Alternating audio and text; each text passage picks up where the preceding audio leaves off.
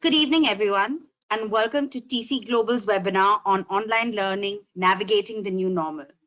Jazz from our international relations team will be in conversation with Sagar from the University of Queensland and Karthik, an MBA student from Loughborough University, on their experiences in adapting to the changing times of this new normal. Before we start, and I hand over to Jazz, just some quick pointers.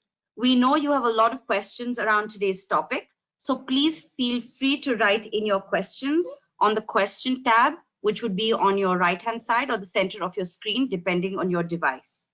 We have an amazing panel that are happy to answer any questions that you have in real time. We also have some polls for you today to get to know you better. When we put the poll up, please feel free to select the answer on the screen that's best suited to you. With that being said, I leave you in Jazz's capable hands. Over to you, Jazz. Thanks, Rahini. Thanks for joining us, everyone. We hope you have a great time with us today. So as Rahini said, my name's Jazz. I work in the International Relations team, and I'll be your host for today. We'll be talking about online learning and really how to navigate this new normal and breaking down some of the myths and ideas around what online learning are and what online learning is. So just to give you a bit about us and TC Global, if you don't know who we are, we've been around for over 25 years now, and we're specialists in the areas of global education, mobility, and learning. And you can see from some of the stats, we've got excessive amount of interactions with students around the world, and our passion is helping those that look to access global education in their future. So we'll start out with our first poll, Rahini. Okay, Jazz, thank you. Audience, if you can just select the option that is best suited to you. We just love to get to know a little bit more about you before we start today's session. Are you somebody who's considering global ed, looking to start higher ed in India, about to start online blended learning, a parent, or already studying your degree? All you need to do is select the option that is perfect for you.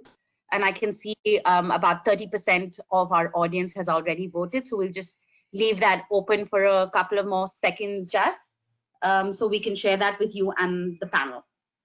Sure. So we've got a lot of students who are considering global ed today, which is absolutely fabulous.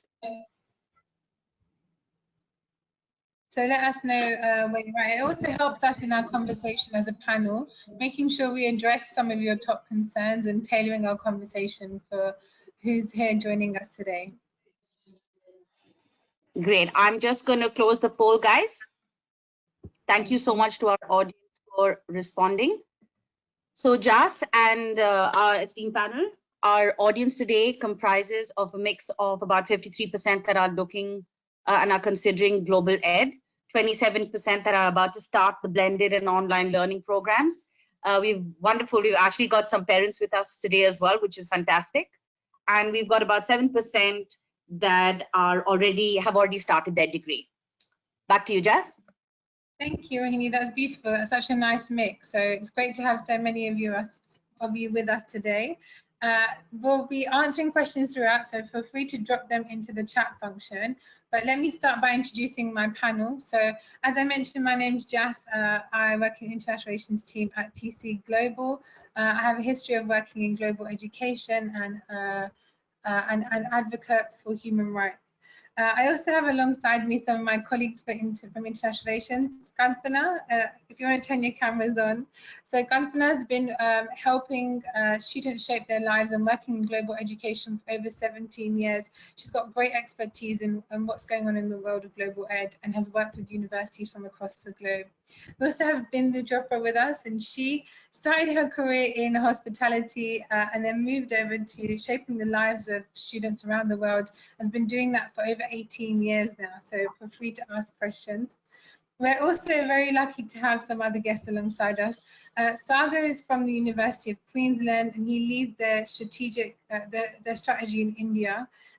Interestingly enough, Sagar's studying his own postgraduate program at UCLA Anderson in strategy and finance, which I don't know how you have the time to do this, Sagar, but has been with UQ for about one and a half years now, and during that time has seen an increase in the presence of UQ in India has manifested like no other time for them. I'll find my words, I'm sure. Previously, he'd worked at Amity Education Group as a director there. So it's great to have you alongside us, Sagar. We've also got Karthik, who's currently studying an MBA at Loughborough University. He's just come out of quarantine, so he's super excited, but has decided to join us virtually today, and has about 7 years of experience in the education sector as well. So I think we've got a great panel alongside us today who'll be answering some questions for you and giving you some great insights into what's going on in the world of global ed. So let's just quickly go through what we'll be talking about today. We'll break down what online learning is all about, and we'll give you some of those terms that are being thrown around: blended learning, hybrid learning, and what they actually mean, what it's like to study in that format, the reality. And throughout that, we'll have both the university perspective and the student perspective coming from our panel. So hopefully that will give you some real insights and some diverse perspectives.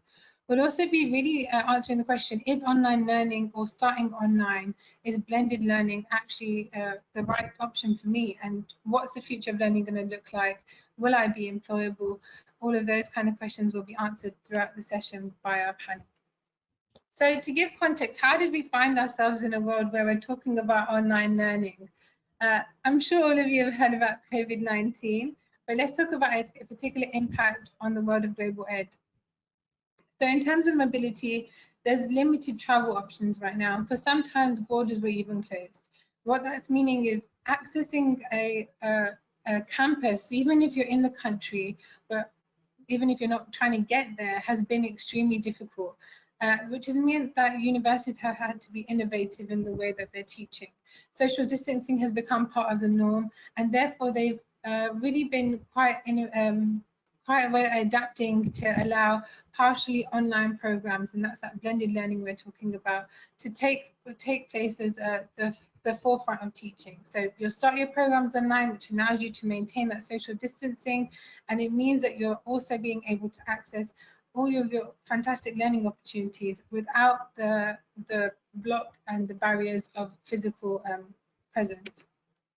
And then lastly, it's kind of future fast tracking us. The future is looking like it's going to be increasingly virtual. You're seeing more and more remote working coming up, and universities and the higher ed sector were kind of going that way anyway. All it means is that virtual learning is not restricted to lockdown, and it's actually expedited something that was already happening in the higher ed sector. What we'll do is break that down and make it a bit more clear for you. But I just want to start with this one quote by Donna Abernathy. She's an expert in learning and development, and she's recently said, online learning is not the next big thing, it is the now big thing. I don't think there could be a quote that's more apt for the time that we find ourselves in, whether that be learning or working or even trying to have a conversation with your friends. Online is the new way forward. So we have one more poll, and then we're going to jump right into some of our conversation. So Rahini? Just give me 1 second. Our second poll, I'm just launching it. So guys, thank you for joining us today. For our second poll, we would like to know, what are your top concerns regarding online or blended learning? Is it your global ed experience will be compromised? The quality of teaching might not be the same. You won't be able to network with your classmates from other countries, or it may affect your post-study work options. What's your top concern? So we'll leave the poll open for about another 30 seconds for you guys to answer it. We've already got 30% of you that have voted, which is great. If the rest of you parents, if you can also tell us your top concerns for your children, that would be very, very helpful. Yeah, for sure. So we've got a lot of them whose top concerns is about the experience at the moment. But let's just wait another seconds before we close the poll. Thanks, Rahimi. That's wonderful. No worries. So what that does is gives us the opportunity to make sure our conversation is focusing on some of the top concerns you have, and giving you some insights into what it's like to study online or start online. I'm going to close the poll now, guys. Thank you so much for your answers. So we've got about 42% of our audience that are worried about their global experience being compromised. About 42 again, where the quality of teaching might not be the same, 5% that won't be able to network, and about 11% that are worried about their post-study work options. Back to you, Great. Jazz. Thank you so much, Rohini. I think that gives us some really great insight into what you're concerned about, and we'll address that throughout. So if I can ask my panel to turn on their cameras and join me, we'll begin the discussion. Thanks, everybody. So let's just dive right in. What is online learning? What is blended learning? And is there a difference? If I can invite you first, Bindu, to answer some of those questions. Oh, Bindu, I think you're on mute. As we can see that people are very worried about the experience being compromised, is really a big concern. Thank you for voting, all of you. What is online learning? Let's take the first one. Online learning is nothing but a digital form, a digital platform to learn. It's always been around, but in India, we take it as a correspondence course. We take it as a distance learning course. Now, what is blended learning? Blended learning is when you have the opportunity to do both.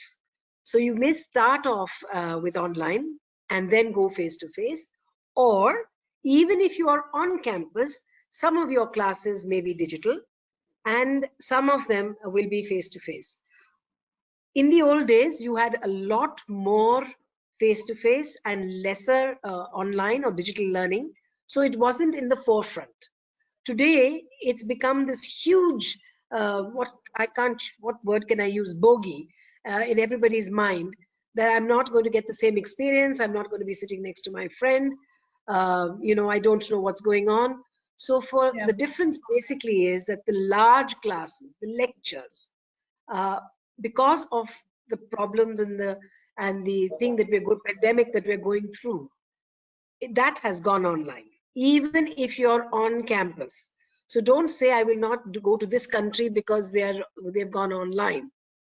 No country has gone completely online. There is no question of you doing the whole course online, even if you're a postgrad student.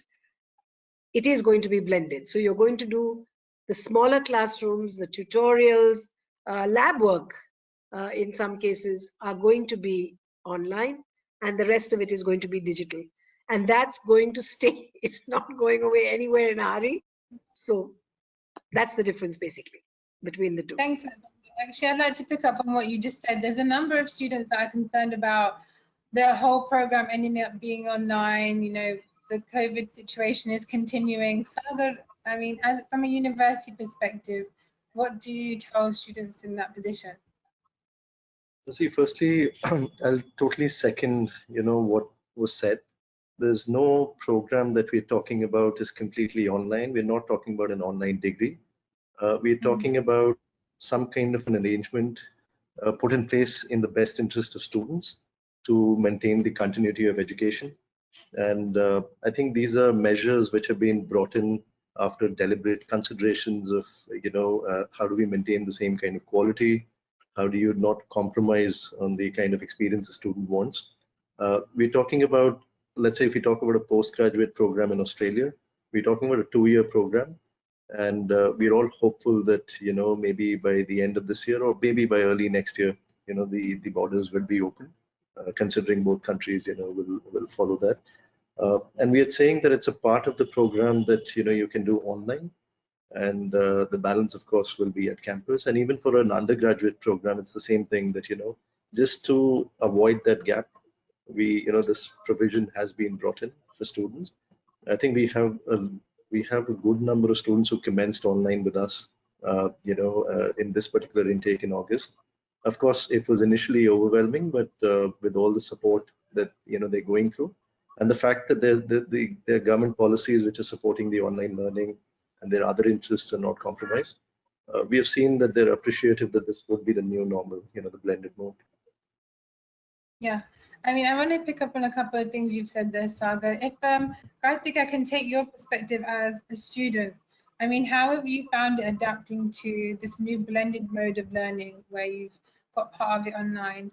And what do you have in terms of support to help you adapt to that? Hi, good evening all. And say, luckily, I had a mixture of all these three things last year, like face to face in September to December, and then again online from April to May, June, and then blended in last month, July, August. So I have taste of all, and I can only say, the difference between the online and the face-to-face is that you're not in the class. So university is really making their quality better, so that it will feel like an interactive session. So you are online and your cam is on and professor is looking at you, asking questions, and everything is very much interactive as it is used to be in face to face. The only benefits for the student is that you just get up early morning and open your cam and just attend the class. And I feel the blended learning was really comfortable for me and beneficial, as you get self-reading time, and then you can prepare for your assignments or exams well, rather than rigorous face-to-face or rigorous online. So I have taste of mixture of all, and I feel that blended is the future now, and universities will definitely go on with that. Even after the COVID, they will maybe modify their program and do launch a program which is blended, self-reading online plus face-to-face.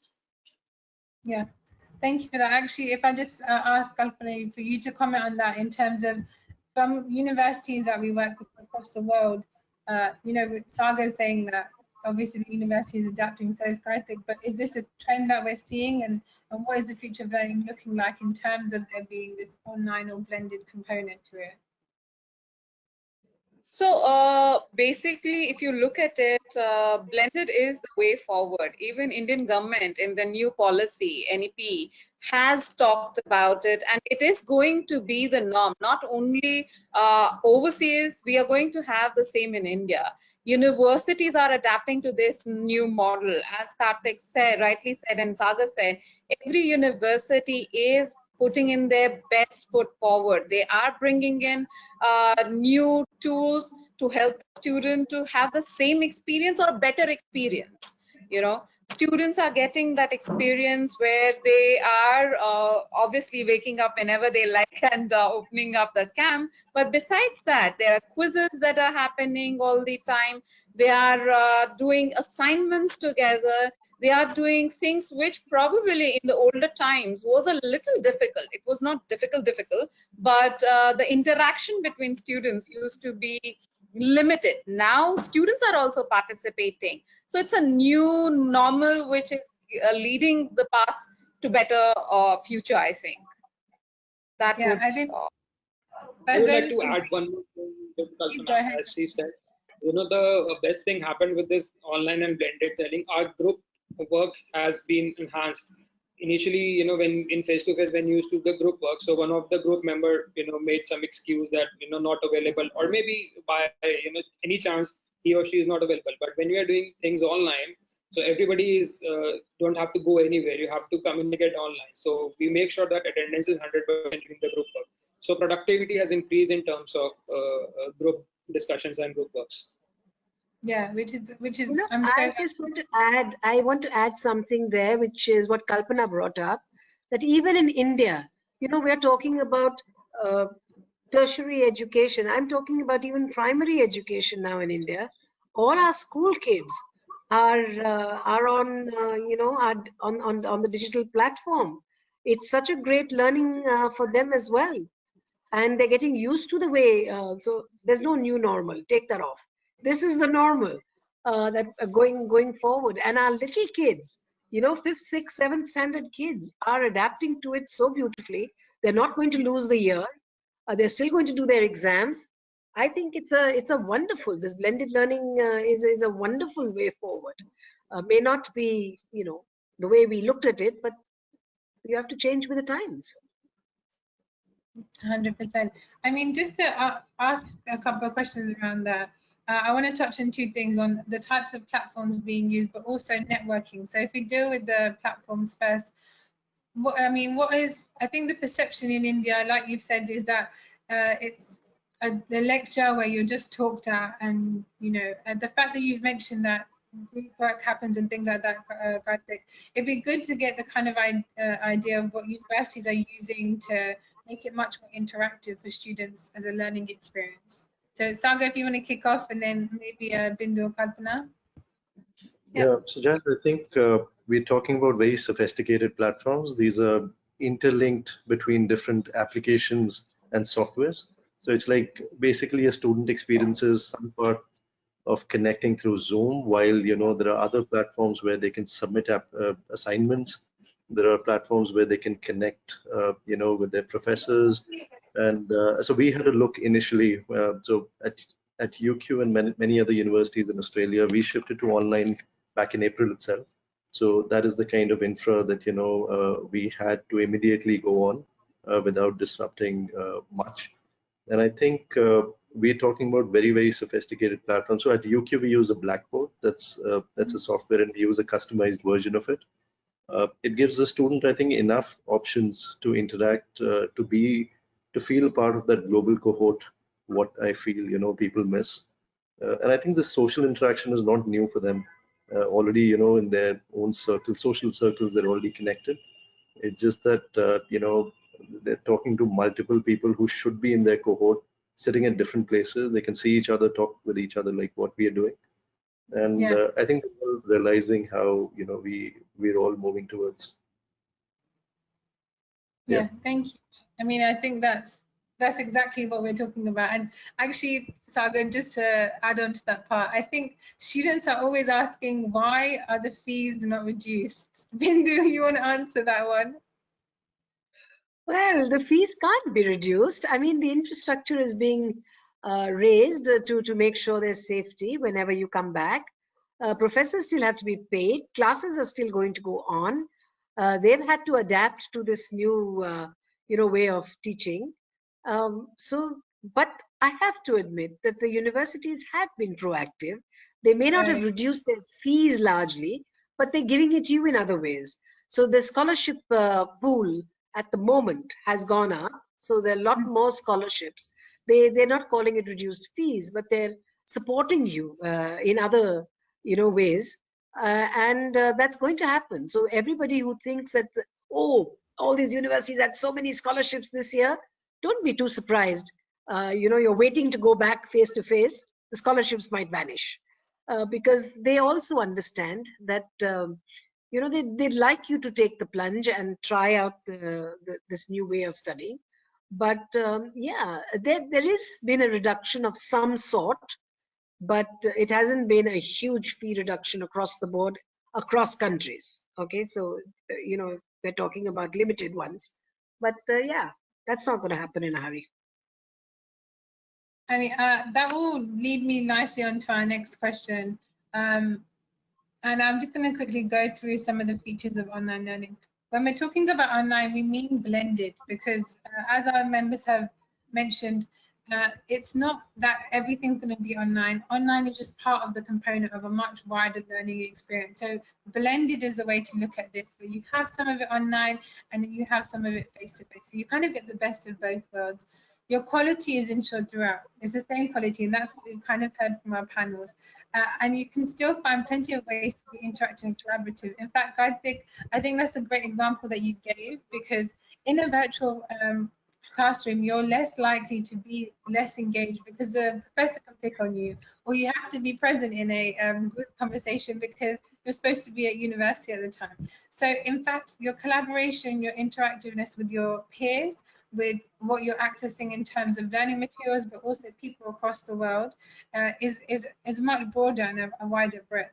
It allows you to be more flexible and have more control over your learning experience and the time you spend, but also really allows you to adapt to what's happening right now and then what the future is going to look like. And these are all some of the points our panel have touched on throughout. But the next In question fact, is, just on a happy note, on a thing, what Karthik said about just getting up and going on to the camera, the other side of the coin is something that a professor said to us. He said they just switch their cameras off, and I don't even know whether somebody is listening to me. So you see, Karthik, it works both ways. They make sure that everybody, give full attendance and presence. So they make sure that everybody's cameras turn on, and they give Very us good. slides before the You lecture, guys and especially they give a task. So that's a very clever thing they do. They give a task which we have to do within the 15-20 minutes of session start. So nobody can skip that. Chalo. So you quickly change your talk and do the task. Perfect. So the next question is, as a student, what type of student would blended learning work for? I mean, the question is, would blended learning work for me? Who wants to kick off with that one? Kalpana? Yeah, what's the question? But Sorry, would I blended missed learning the work for question. you? So the question is, would blended learning work for me? As a student, what kind of student would blended learning work for? And what should they could be considering when considering taking up a blended learning option? Sure. So I think blended learning works for everyone. Every student that is there, all of us, even us, it's given us an opportunity to start, with our day-to-day jobs. We can do some kind of studies in this environment. Like we know Sagar is doing so much these days, and he's so blended learning. You only have to keep in mind couple of things which I think are very, very important. You have to be pretty focused. If your class is at 5 o'clock in the morning, you can't say, okay, today I miss it, I'll catch up in the video, or I'll do it later on. It is best that you do that class that particular time. So focus is very, very important. And two is, make sure you have a schedule. You follow that schedule. So part of focus is definitely following up on the schedule. And I think it is working very, very well. I'm taking feedback from students who are currently on these online and blended courses, and they're saying they have never scored so well in the past. They are doing so well because after they listen to the lecture, they then go back and listen to the recordings and ask questions to their tutors, who promptly reply to them. In fact, one of our students said he sent a message to his professor at 4 o'clock in the morning, and he received an answer by 6 in the morning, which was amazing.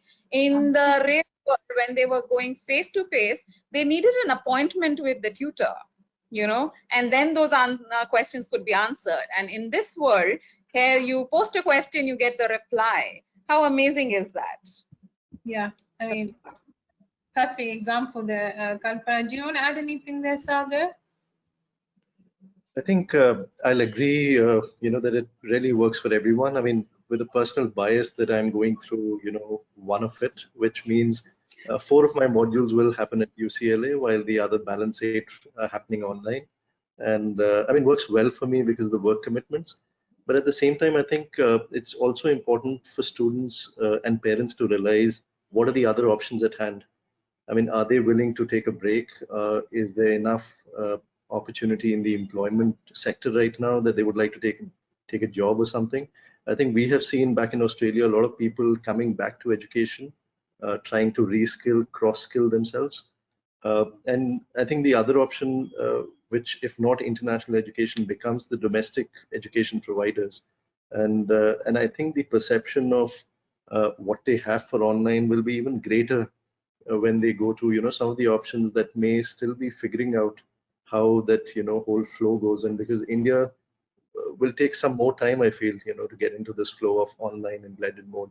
So I think given the circumstances, given the kind of quality and the investments both in resources, time and technology some of the universities have put in, I think that's one of the best options available to continue their journey so far. Yeah, I think that's some really great points, actually. If you take Ireland during the last recession, over 70% of their population reskilled themselves by going into education.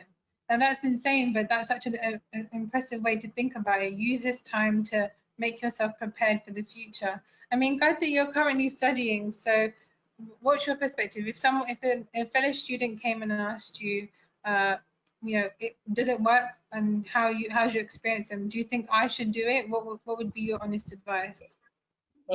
Definitely, as Kalpana rightly said, the productivity actually has increased in blended learning. So as I said earlier, that you get a lot of time for yourself to do things, and I don't think that anyone should wait for another year or maybe 2 years, because I think that this will be the mode which will continue in the future. And it is not only beneficial for the students, it is also beneficial for the university to manage a lot of things, manage their resources, and otherwise they are managing well, but this gives another platform, they can have good, more quality. So everybody needs to improve and implement new things. So this is a good technology which is coming in, which comes under blended. I don't recommend anyone to wait for another year or 2 years to get this COVID thing gone and completely face to face. I still feel that even if there is no COVID, there is no pandemic, then also this blended learning will be there. Can I just ask if before this all happened, someone had said to you do blended learning, right? What would your response have been? See, I've been into education industry for 7 years. So for me, it is definitely, it is easy to digest, compared to other students, because I know how things works. I've been in design education. So in design education, mostly things we do online, and then rest of the things we do face to face or in labs. So I've been, in that journey uh, till now.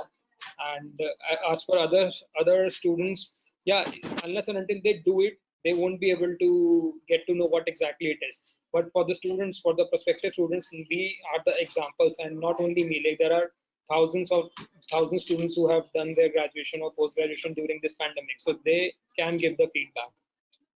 So Yeah. luckily, they have the a batch who has done this, and for us, we had no example, so we cannot ask anyone how was it. For them, they have us, so they can check with us. Yeah, I think that's some really great points actually. The fact that you're kind of pioneers in this new way of learning is True. impressive. And what do you think about that, Bindu? No, I just feel that, there are some, for example, Australia at the moment, they're allowing you to do, two modules at a time. For those of them who don't want to do it, I'm saying don't give up your job. There is Sagar, prime example. He's doing a job and he's doing this, and eventually he will do face to face or on the panel itself. But I'm saying keep your job, work alongside it, and this gives you an opportunity to do the modules as you go along. Do 2 modules this semester, do 2 modules the next semester, and by that time, when the world opens up, you give up your job and you go and finish the rest of it face to face. You got the best of both worlds. I mean, Australia is a prime example of that. Not as easy in the other countries because you're doing a whole semester of all the subjects. They're not as well balanced out, I would say. But where there's a will, there's a way. To give it up, I don't think is. I'm not saying it won't be challenging. Of course it is. Of course it is. We're Indian. We like being in a classroom, even if we're not paying one bit of attention. But we still want to be, supposedly studying. But this is absolutely, super great. Even in India, you're not going back into the classroom in a hurry. You're still doing blended. You're still doing blended learning. The only advantage is that you're sitting at home and you're saving on living costs, which you can still do. Which you can still, you asked me a question on reduced fees. In fact, part of this is you don't need to reduce your fees. You need to study part of it online at home. You will save 3 months of living costs. That's probably, I would say a fifth of your fees. Yeah. There you So make sure time to learn your mum's recipes as well, I think, which is it's a good tip for everybody. Just one last thing I want to touch on for this particular question is the issue around global experience, that global exposure, and part of that being around networking with other people, but physically being somewhere else. How is that? I mean, how is that going to work for students? What should they be considering, and will they be inhibited by this? Who wants to kick that question off? It's a big one. Yeah, can I mean, we can do it, but Karthik is in the middle of it. So, Karthik, would you Yeah. like to So start it? So we can all give you our I told, inputs on it. as I said, that our group productivity has increased, and we have actually done a good networking during this period. When you have to meet somebody physically, you won't get time, or the other person is not available, you are not available. But during this pandemic, and then most of the things went online, so everybody has saved their travel time, or just saved outside time. So now they are giving proper time. And I myself, see my LinkedIn in last 6 months, I have added like more than 400 contacts, and I'm genuinely saying 400 contacts, LinkedIn contacts, and I purely did networking through my university, purely through professors to owners, business owners, to founders in education industry, outside the education industries, whatever the industry I'm interested in, I send them. I receive a lot of requests. So I believe my networking has increased drastically during this time. Which is And perfect. Wonderful. And then we had that wonderful young man who came to us on one of our panels, and they had a group of 50 students. And mind you, that is aeronautical engineering. It's not a small little, course. And he said we had 50 of us on a particular project and all over the world. And they managed wonderfully well. So Yeah, Karthik has imagine that. just told you his productivity has gone up. And so did Tejaswa. So, yes, Sagar, The sorry. You were going to say something. I just want to say that, I think global exposure for students, in my view, is a very comprehensive experience. We're not just talking about being in that place. We're talking about interaction with the cohort. We're talking about learning from the best professors. I think technology allows the same kind of knowledge transfer these days. We're talking about, learning those kind of teaching pedagogies of, how basically they're delivering that form. I think in this whole COVID environment, one thing that is missing is you being at that place. And I think that's happening even while we are working, even in our daily things that we may do, going to malls and other things. We're shopping online and we're doing everything. And I think, like we mentioned in the earlier questions, it's just a temporary phase. We are looking at the blended mode. You will still get the experience at campus, as soon as borders open. And I mean, in all the countries that we're aware of, the governments have been very supportive of those extra benefits the students get after completion of studies. So, that's a testimony that, the government is supportive, the university is doing its best.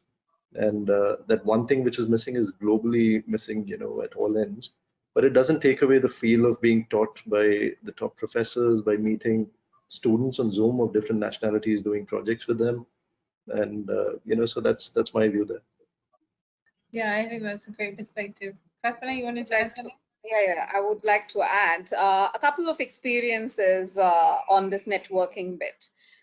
In fact, I was interacting with a group of students where they said it is amazing that we have these online classes or blended, because what is happening is professors from other universities are able to lecture them. Earlier on, if you were studying, let's say at UQ, it would be professors from UQ or max somebody from within Australia who would, teach them. Now they have this flexibility where professors from America, UK, any part of the globe are delivering lectures. Not only professors, but also industry experts who are available doing these online sessions for students, giving them real-time experience, what's happening in the world and how do you cope up. And that has been really, really fruitful for students. The other thing that I have been told is that employers more often are now available and interacting with students and telling them what is that they are looking in the next lot of employees, and it is really helping students to build their portfolio accordingly. So it's a great time. I think we should look at it very, very positively and accept this change and imbibe it. Yeah, I think that's completely fair, Kalpana. Actually, just to add on to that though, what we're talking about is a short period of time on which it will be online. There will be that face-to-face element, so the borders will be open, you will be traveling, you will be getting that exposure. I think the assumption is that we really focus on this short online component of a wider blended program where you have the face-to-face elements and the physical presence in the country. So it's always important to remember those things. So I'll just move on to the next question, which is around the future workplace. So you just touched on that, Kalpana. So will I be ready if I start with online learning and move to face-to-face? If I do a blended approach, will I be ready? Do you want to just finish up on that point, Kalpana, before we move on to Sagar?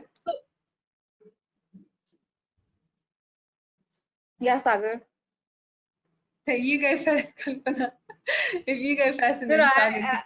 I will allow Sagar to go to Okay, that. sure. Sagar. Okay, so we as a university, I think in parallel while we were all getting prepared for this kind of a new normal, this was also a big concern about graduate employability and how is the workforce going to accept what we're going to do. And I think these are parallel conversations that are happening even at the government level, at the industry level, between universities and corporates. From the university point of view, so if I talk about UQ, in May we did something called the Careers of the Future, and that was something where we were trying to explain how the new ways of teaching and the kind of courses we are teaching online will take you, how they fit in into future employment. We also did, I think we trained around 1,500 odd people a couple of times, so the different sets of 1,500 odd students about employability post-COVID. What are the scenarios? What would be needed? What is more required when you go in? So I think from the industry to corporate, that kind of effort is going on. The corporates are more and more understanding because they're themselves working, in these kind of environments. You would have heard so many MNCs trying to, have long-term policies of work from home and, taking away the office space and all. So I think they're appreciative of, how things are going to work. And I think the productivity doesn't go down with the kind of things we have now, the technology that we have. And from the university point of view, I think we are very conscious of how do you, I think that's a mindset that we're trying to break. And that's a very traditional mindset that we all may have, growing up, that this is how the shift happens from education to employment. And you have to be in a classroom and then you graduate. And I think that's something that I think we're all addressing together. And students, I think slowly and slowly are realizing that this would be the new way going forward. Yeah. Yeah, Bindu, if I can something to add, that?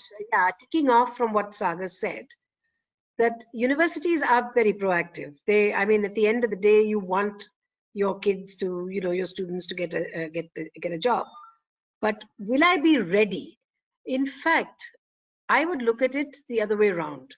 That earlier you were ready, but you'd never actually experienced it enough. Today, you are far more into it because of the digital world. Location is no longer important. You can be doing a job anywhere, and this pandemic has forced you to go online, to become technologically more savvy, to be able to use the digital world to your advantage. So when an employer asks you your skills, this is the one skill that you didn't have as well that you are going to have now. So instead of looking at it as a negative, I think you will be super ready in terms of being able to get in there and get a. You also have to be a good student, okay? I mean, the next thing you do is you'll say, as TC Global said, we will all get jobs. Yes, if you're a good student and you've utilized your time and resources well, I think you'll be super ready. Yeah, agree. I think it shows adaptability. It shows that you're willing to kind of push yourself and have control. But I think as a student yourself, do you worry about this? Do you feel like it puts you in a better position, or do you feel like you're at risk? I think I'll agree with Sagar. Most of the corporates and big companies has shifted their mindset to not fully work from home but partially work from home. Even now, when we were looking the job portals, and most of the job descriptions has mentioned that flexible work timings are there, remotely working options are available, be it any kind of job. So these two options are actually implemented in all the job descriptions. So industry is shifting according to, they have to adapt, they have to adapt. And health is very important for this during this pandemic. Definitely everyone health is important, and they have now experienced, they save a lot of administration cost while they do things online. I'm talking about the companies, when they have Yeah. work from home, they do save a lot of administration cost, and they tend to continue that. There are some businesses which needs the workforce to be in the company or in a factory, but most of the company, will definitely, at least partially, I believe, will move to remotely working options, especially in the big four, the consultings. They will definitely, now they don't want, they're okay not to send their consultants on site. They can do communicate online. So I think that Yeah. is a very good options for us and the coming students who are looking their future in any of the consultancy or any service providing company. They will definitely move partially remotely working. Thank you. I think that's really a useful perspective. I mean, if I just take the example of our team in international relations, Absolutely. Kalpana and I are in Delhi, Bindu is in Bangalore, Audrey is in France, Carmelo is in Spain. So between us, we're able to connect more than ever before because we don't need to arrange meetings when Bindu's in Delhi and hope that Carmelo can join us. We are adapting really well to this virtual environment, and that is exactly what the future of work is going to look like. So thanks for your insights there, panel. I'm just going to summarize some of the points that we've spoken about. So would online learning suit me? I mean, you're completely right, Bindu. We're in a world where technology is the norm. We're all in love with it and we're used to it. I mean, how many times have you been checking Instagram or checking the news, or I mean, even to track COVID, it's all been done through apps. So, I mean, it's a norm for us in our daily life. And the fact that it's going into learning and into the future of work makes complete sense. You've already touched on this, Karthik, but you'll be more productive, you'll have more focused times. And again, Saga, you've said this, and I think you did too, Kalpana, around most universities going online by 2030. So I think it's a Times Higher Education said that 63% of universities will have full online degrees by 2030. That doesn't mean all of their degrees, it just means a significant component, but it is kind of the way the higher education sector is going. It's just kind of been fast-tracked by this whole COVID situation. And Bindu, you touched on this. It's about making sure you don't derail your future. And Kalpana said this too. People are going to ask you what you've done with this year if you haven't worked and you've decided that the university options in India are not the right ones for you, the job's not available or the type of job you want, and you've missed out on your global opportunity, your employers are going to ask you, what have you done, and why waste your year when you can really utilize that to make the most of it. And I think we've heard throughout from the panel that you can have a really personalized experience and have complete control over your experience, making it cost effective by doing some of it virtually, but also by accessing those scholarships. So don't forget that you'll always have that face-to-face component coming through, but you'll save some money as part of that by either accessing scholarships or doing it from home, saving money on travel, etc. And then I don't think we've mentioned this, but it's kind of implied in the whole work part, because you're still able to access internships. Jobs will still be available. You'll be making sure that you're future ready for the way that the world of work is going. Remote is now the new norm and the way that everybody's working. And lastly, everything's accessible and flexible. So the platforms are flexible in terms of what you can access. You can access, so many universities are using podcasts to teach you things. You'll have different formats of learning. You'll have different exercises to make it interesting, to keep you up to date, to keep you engaged, and to allow you to do that networking with other peers. But also you're accessing this great global great global group of people that are like-minded and all pursuing the same thing as you. And when you get to your destination, you have a bunch of friends that will all be on the same page. How to make it work? I think, Gautam, you've given some great tips here. Structure and plan. Make sure that you're setting goals. Make sure you're setting a schedule. Make sure you have some time on social media. You have a break, but also you don't spend your whole day there. And so when you're talking about setting limits, set limits in the amount of work you do and how much time you're spending trying to study, so that's focused study, but also how much break you take so you have a nice balance. And life is kind of all about balance, I think.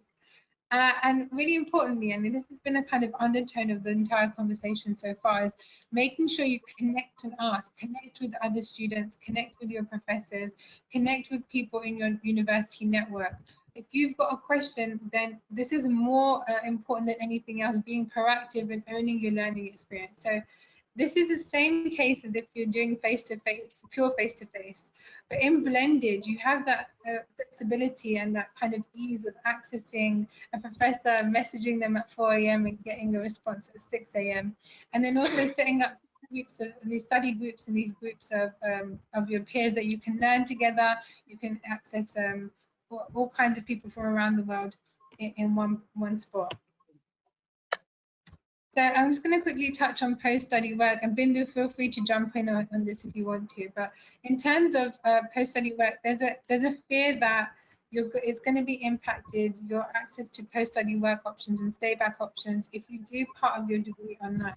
The reality is that governments have been flexible and universities are making sure that they're sticking to the guidelines set out by government. So for example, in the UK, if you arrive onshore by the 6th of April 2021, there's no impact on you accessing that 2-year stay back. Similarly, in Australia, they've set guidelines about the amount of work and the fact that the fact that previous work that you've done online counts towards your entire degree studying, and that allows you to access those stay back options that are in place. So the governments are understanding that you didn't choose for this to happen, but also universities are making sure that they're adapting their programs to meet those requirements in order for you to access those post-study options. And now we're on to the third poll. So Rohini, over to you. No? Thanks, Jas. I'm just looking at the third poll for you. So audience, we would love to know, based on everything that you've heard, and thank you so much for your questions that are coming in. We will be asking the panel. We would like to know how you feel about the idea of online or blended learning. Are you sure about starting online and now feel more confident? You feel clearer and more open to starting blended learning? You understand more but still want to wait a little while? Or would you like to explore more before you start your blended and online program? If you can just let us know, we leave the poll open for about 30 seconds. So that's wonderful, Jas. We're getting quite a few responses. We've already got about 50% of our audience that have voted in. We'll just keep it open for another 10 seconds. That's great. Hopefully this has provided some great insight. What we'll also be doing is a Q&A shortly, so please keep asking your questions and we'll be answering some of those live. Wonderful, audience. So I'm just going to close the poll now. Jas, if you can see your screen, our audience is very, very mixed at the moment. 38% are sure that they want to start online. They feel a lot more confident. 19% feel clearer and more open to starting the blended learning programs. 25% understand more but still want to wait a while. And another 19% would like to explore before starting their online or blended learning. Back to you, Jas. Thanks, Rohini. So hopefully this has been encouraging for some of you. And like I said, we're about to have a Q&A session. But what I want to do is just cover some of the key takeaways that you can think about here. The world is at your fingertips. It doesn't matter of your geography or your access to a physical space. And you're able to connect with more and more people in a personalized and quality controlled learning experience. You'll have the online community, but what's really key to remember is that when you get to a new country, you will have this group of friends that you made online and have been all experiencing this new world together. And so it means that you'll come get in a new place and you have a bunch of friends and not be alone when you arrive. And also consider things such as EQ. By showing that you've done a blended learning program where part of your program is online, you're showing that you're adaptable, but you can also see that you can use that time to adapt your skills in in EQ and things like that, which are some of the top skills that you'll be missing in the next 5 years, according to the United Nations. So really utilizing this time to build up those puts you ahead of every other competitor that you'll come across in the future. And you'll make sure that you're future ready for the future landscape of the job market and the world that we expect to come. And you're ready beyond the, as I say, classroom, sorry about that. You're really preparing yourself and making sure that you're getting yourself ready for things beyond the classroom. And online is that new normal, whether that be through blended learning or how we socialize or how we access work. it's all going to be through this new virtual world. So now I'll hand over to Rohini to ask us some of those questions for the panel. Thank you so much, Jazz. Thank you so much, panel. It's been great actually listening to you, but we've also got a couple of students who have asked the same question multiple times. You all touched on the blended learning and the theory aspects of it. We've got a whole bunch of students that are looking at medicine and engineering and the sciences, and they want to know what happens to their lab time. So if one of you or all of you would like to pitch in and answer that question, that would be very helpful. Kalpana, can I start with you? So thanks, Rohini, for that. Students who are wanting to study medicine and engineering and all those courses which are lab-based, currently they can start with the theory subjects from India. And once they have taken those subjects and the borders open and they are allowed to be onshore, they can do their lab-based modules at the university. So across the world, students who are taking those lab-based tests, please start your courses as soon as the borders open. For example, Europe, everything is open. UK is open. You can arrive at the university and start doing your lab-based courses. But Australia, you will be asked to, Australia, New Zealand, Canada, US, you will be asked to start with your subjects which are theory, and then once you arrive there, I think you're good to go. So don't hesitate. Start your courses. Yep. Would anyone else like to add to that? She's been very succinct, I think. Yeah, go ahead, Sagar. Yeah, she's been very well. That is what it is. That you can't, we can't do a virtual lab, though I'm sure they can. I think our young, aeronautical engineer did say that they were doing some amount of work virtually. But Kalpana is right. You will do theory right now. And it's not like it's forever. We're only talking about a couple of months. Hopefully borders should be open by, early next year, sometime next year. And you will be there face to face. So we're really talking short term. Okay, so Sagar, then my next question is for you. We have a student who has asked, how prepared is the University of Queensland in delivering a wholesome blended learning experience? Could you elaborate on the delivery plan? Okay, so I'll answer that in terms of two different kinds of cohort that we're talking about. We have a cohort who's already, set of students who are already based in Australia. And there is a set of students who have just commenced online in India. So if you talk about the first set of students who were already in Australia and then this disruption happened, we are talking about, so in Queensland, we went online right in the month of April. And since then, the cases have come down drastically. We're talking about 40 odd active cases in the whole state of Queensland. So you can imagine how much Brisbane, would be a fraction of it. Which also meant the government eased all the restrictions within the state. So there is still that restriction between states, but within Queensland, there are a lot of restrictions which have moved away. At UQ, we have started classes online, keeping the health regulations in mind, which means that we can offer the blended mode to these students. So it's not mandatory to come, but they can come to the campus, attend classes, or do it online. They have the opportunity to go to labs, libraries, and other kind of facilities.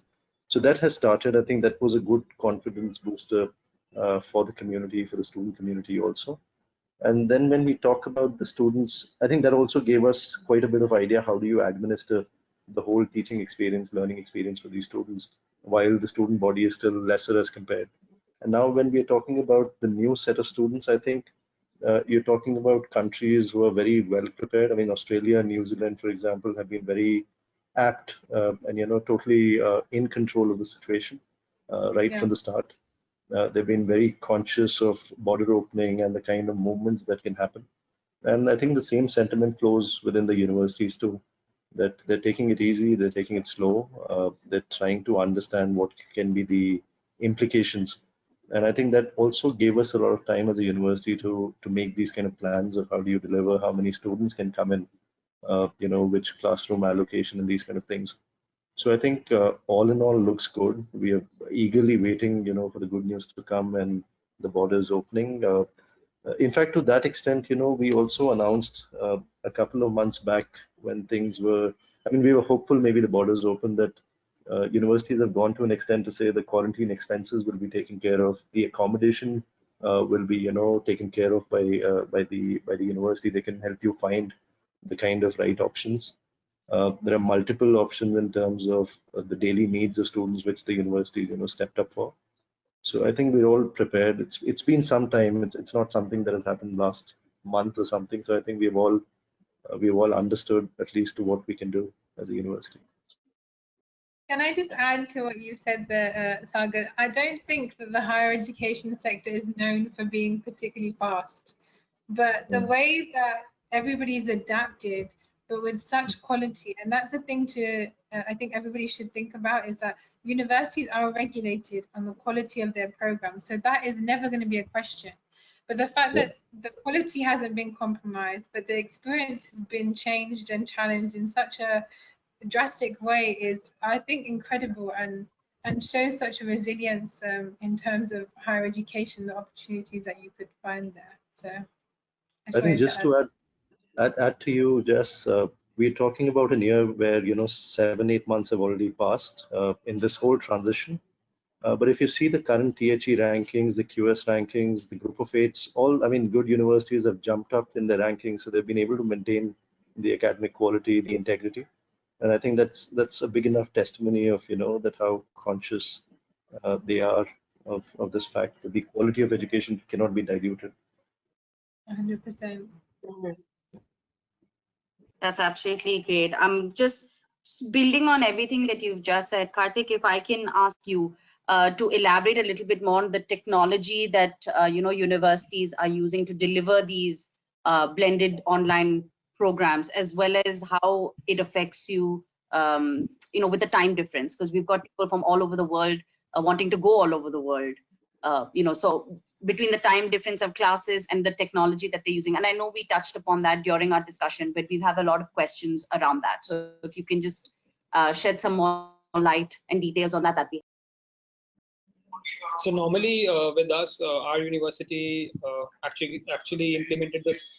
They developed Adobe Interactive, and we interacted through that. It was a very interactive platform, and also for personalized meetings with the professors, we had Teams meetings. So which is one of the part of Microsoft, what we already are using. So these are the two platforms which university did for the blended learning. And for the time zones, so every professor had an idea how many students are from different time zones. So accordingly, the lecture timing has been set by the MBA team, like the management team, and they make sure that every student participate. And sometimes some or the other student do miss something because of what you can say, something or other. They have some personal issues, or maybe some work, they can't join the lecture, but everything is recorded, so student can go back and see the recording and learn from that. And overall, as I said, that it has really increased the productivity. If you're not able to attend the online lecture, you can speak with professor personally one-to-one, and you can see the recordings, and whatever the questions you have, you can post it in a forum, which is a common forum for all of students for every modules, where we can post our questions.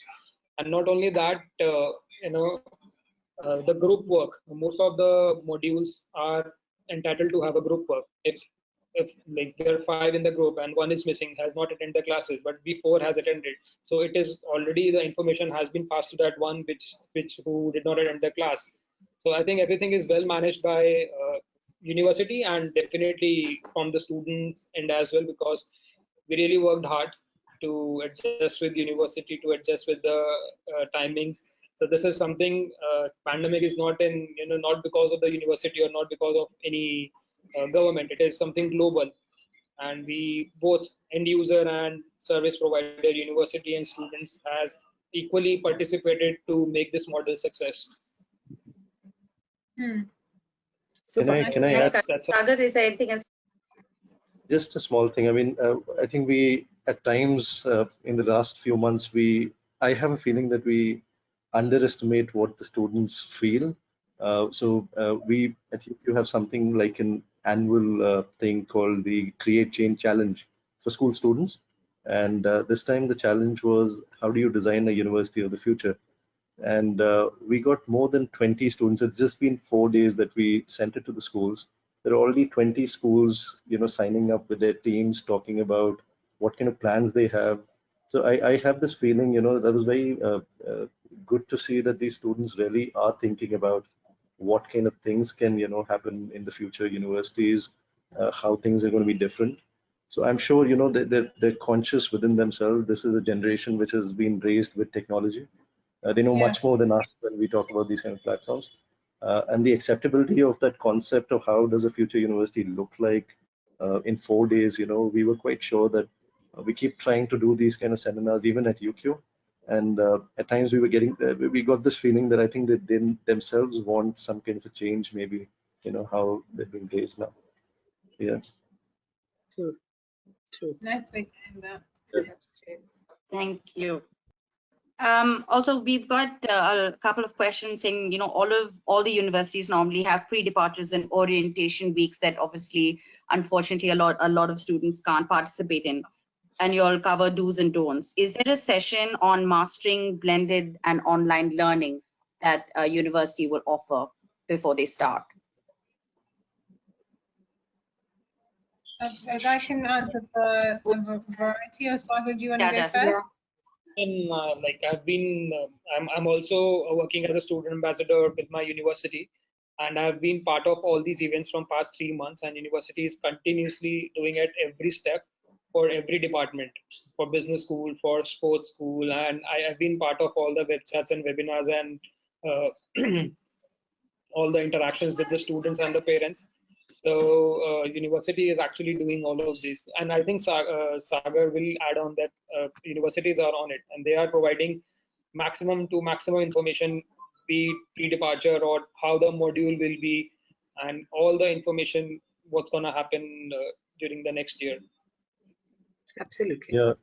So just to add on that, we at UQ, for example, we had a pre-departure. Before that, we had a pre-commencement, just to show them how the whole setup may look like. And I think for all universities, universally, the role of their marketing teams or the recruitment teams have also shifted towards student support. So I think that has been a massive change where all of us are trying to handhold students to build that confidence of how the smallest things would work. Of course, these platforms can be new for many of us, but then that has been, I think, a focus of many universities trying to give that extra hand holding. For UQ, I think it's been a continuous process for the last, I think, 45 days. When we started that, we are trying to be in touch with all the students, trying to ask, can there be any kind of help? Is there any IT support you require? Any extra tutorials? There's some, extra days that they put in, like in general conversations between students, to make them feel that yes, there are other students in the same city who are also, doing it to build that thing. So I think, yeah, I think universities are more proactive, especially on the online platform now, that they can collect the students and deliver something which is helping. Are you sure it's not the parents that require the hand holding? Not so much the I think the parents are happy when the student is convinced, after a week or two, and then they feel that yes, things are right. yeah. To add to that, I've seen a lot of universities globally assigning a mentor to each student who has enrolled, which never used to be the case. There would be a mentor when students go onshore, and there would be one mentor for 100 students. Here, each student is having a mentor who is like telling them how to get used to this blended environment, which is amazing. The feedback that our students who are on these blended programs are really, really saying it's great to have a mentor, and they are telling them how to apply for online internships. which is the other thing which has come to our notice. And students are very happy because from the very beginning, they are getting that complete guidance, not only how to study, but also how to be future ready for the work, which is super great to see in this environment. I think you answered the next question, which is about what support is our universities extending, and students who have gone on extending. So I think that's it from our audience and me today. Back to you, Jas. Thank you Jas, so much. Jas, just before you take over, I just have something to say. It's amazing how we are all looking at this as a big thing sitting on our heads. It's something that's completely different and completely new. But in keeping in touch with people, even I'm not going to tell you how old I am, but many, many, many years ago, 4 decades ago, 5 decades ago, we used to have a thing called pen friends. And we used to write letters and send them across the world. And you used to have an Australian pen friend and you used to have an American pen friend. Things have just changed. They've become quicker, faster. You still keep in touch so much easier. So our advice from all of us, I think, at TC Global is going to be is that if you need help, come forward. But otherwise, don't get bogged down with online, blended. Just go for it. Now pen friends are Insta friends. What friends? Pen friends are Insta friends. Yes, Insta absolutely. Everybody wants Insta friends. Thanks, Vidya. I think that's a great note to end on. I mean, you're completely right. Just want to second what Bindu said. Stay connected. You can always connect with us if you have any more questions or you want more advice. And these are our social media handles. Join our community. Make sure you're part of the conversation. There's loads of other additional support that we have. So if you want other services, always connect with your relationship manager, or you can check our insights on our website. And these are some of the expertly written pieces, really short ones that we have on topics such as online learning, but also what's going on in the wider world, and to keep yourself up to date on those things. We have more events coming up and more webinars if you want more information.